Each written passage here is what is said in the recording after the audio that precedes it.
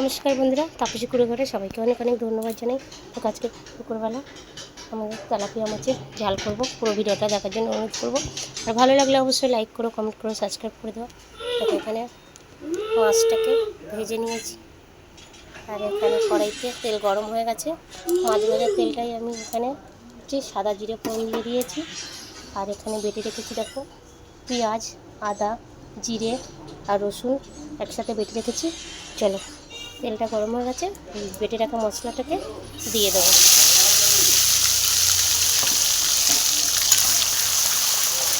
মশলাটাকে ভেঙে মিশিয়ে নেব। দিয়ে দেবো এখানে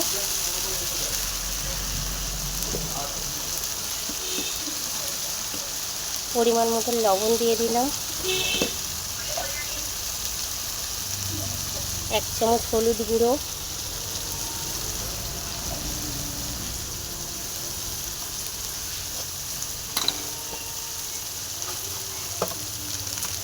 1 চামচ কাশ্মীরি লঙ্কার গুঁড়ো দিয়ে মশলাটাকে পুরো মিক্স করে নেব।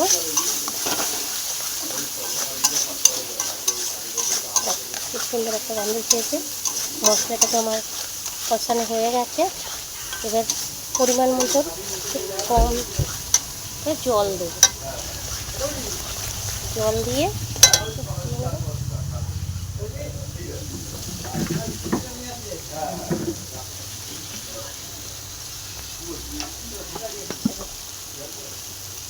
দিয়ে দিলাম।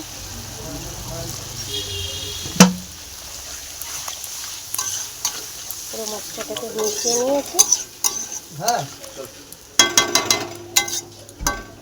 ভেজে রাখা তেলাপিয়া মাছগুলো দিয়ে দেবো।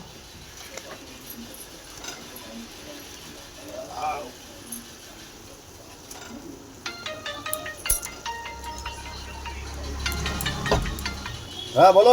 একটা করে মাছগুলো মশলায় উল্টে দিয়ে দেবো।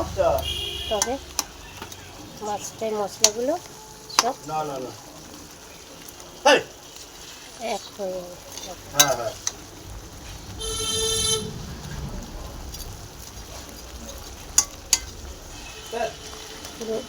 মিশিয়ে দিয়েছি।